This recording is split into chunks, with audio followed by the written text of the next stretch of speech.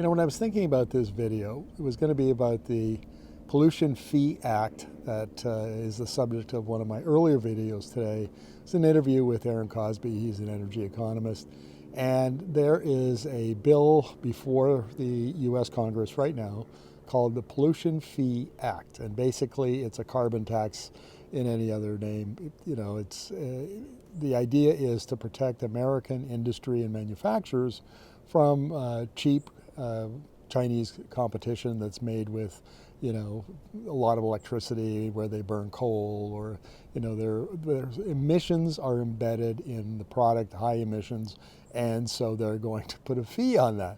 That's a carbon tax, right? And from Trump's point of view, U.S. President Donald Trump, it looks very like a tariff. I mean, as Aaron said, it smells like a tariff. It gets applied at the border, and it keeps out foreign competition, particularly Chinese competition. This is great.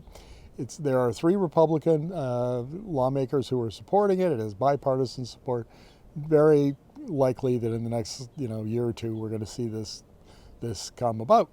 And I thought, well, where's Danielle Smith in all of this? Where's Alberta? I mean, Alberta's got all of its hotshot diplomats down in Washington looking after the energy file, and why are we not hearing about this? This could be a potential threat to the Alberta oil industry because it's one of the top 3 dirtiest oils on the planet.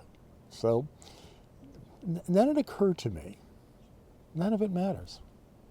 None of this matters. I have been piling up facts and evidence for months now about why, not necessarily why we shouldn't build a pipeline, but why there are risk factors that we should consider in our discussions. And Canadians shouldn't just be snowed with stories about how China will take all of our oil and India will take all of our oil, and no.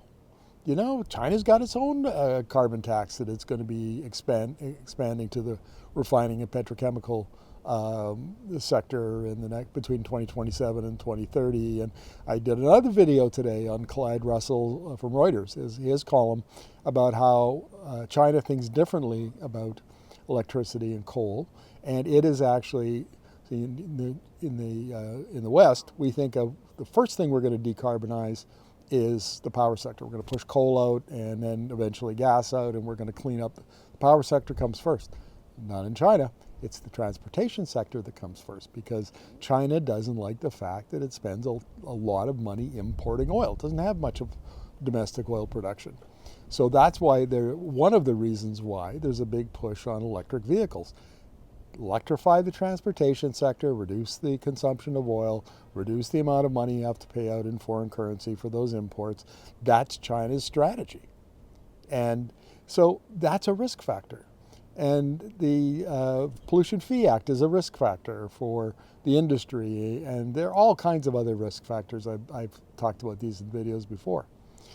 And I want to illustrate the point. So this story was told to me in 2016, 2017 by Eric Denhoff, who used to be the Deputy Minister of Environment and Climate Change under the Rachel Notley NDP government. And this is on the record. I have a video of it from years back on our Energy Media YouTube channel. You can hunt it down. But they went to New York, the Premier and Denhoff, and they met with the Vice President of one of the biggest Wall Street banks at the time, and the VP told him, he said, look, this tar sands campaign, which most Albertans will know about the tar sands campaign, but it had targeted the oil sands, and it was a real black eye, and investors were getting nervous and didn't want to invest in it because of that campaign. They didn't want to be associated with dirty oil, worried about whether or not the industry, had a life if there were strict climate policies, that kind of thing. And Denhoff spoke up and he said, hey, you know what? We actually have something for you. And he described the Climate Leadership Plan, which Notley's government had passed in late November. He said there's carbon pricing attached to it. The oil sands industry is on board. In fact, there were 4 of the CEOs of the 6 CEOs were on the on the stage with us when we announced that they're on board. It's a great story. And the VP said, I don't need fact, I want a narrative. I got to have a story. And he said, this is fantastic. This is great. This will keep my investors, continuing to invest in the oil sands. The capital will keep on flowing. And the takeaway is, facts don't matter. It's the narrative and the story that matters, even at that level. And I've been saying this for a little while now.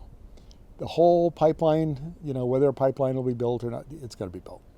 Because the discussion around it is not driven by facts. It's driven by narrative. It's driven by stories. It's not driven by evidence. It's not driven by economics or a business case or a real opportunity. It's driven by narrative. The industry needs to have a good story. And I don't know if you're aware of this, but the oil sands companies in particular have promised up to 100% of their free cash flow to their investors, because the oil and gas industry for the past decade, their returns have been really poor. They've been much lower than the Standard & Poor's index, and so they have to keep that capital flowing. They have to have good stories, and they have to be able to tell growth stories. They have to be able to say, look, we've got this, Canada wants to rearrange its economy because of President Trump's tariff threats, and that means we're going to have at least one pipeline, maybe two, maybe three, who knows? And pipelines get us into these Asian markets where you get higher prices, and then we can grow production, and all of that is a good news story. It's a good news narrative. Doesn't matter if it's true or not. But so why should you care as a taxpayer? Well, because I don't care what anybody, you can bet there's going to be a lot of taxpayer money that gets invested in pipelines and all the other associated investments that are required. And we're already on the hook for $10 billion.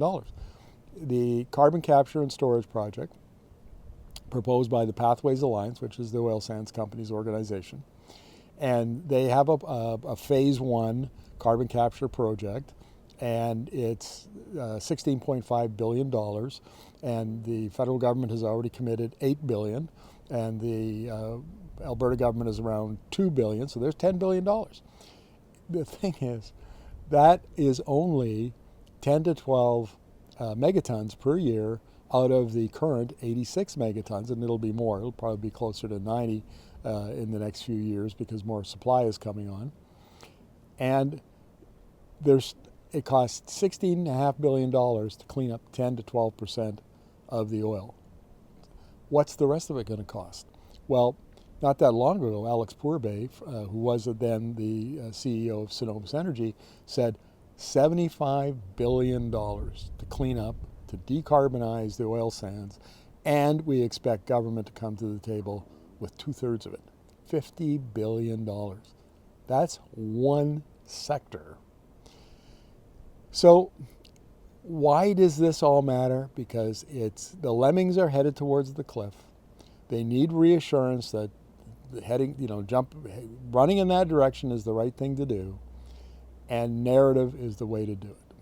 So we could talk about, and we will talk about, that's Energy Media's job, is we're going to keep putting facts on the table, bringing information that people didn't know, perspectives that people weren't familiar with. We'll keep bringing that. But at this point in the game, it's hard not to be cynical, because this looks like the deal is done.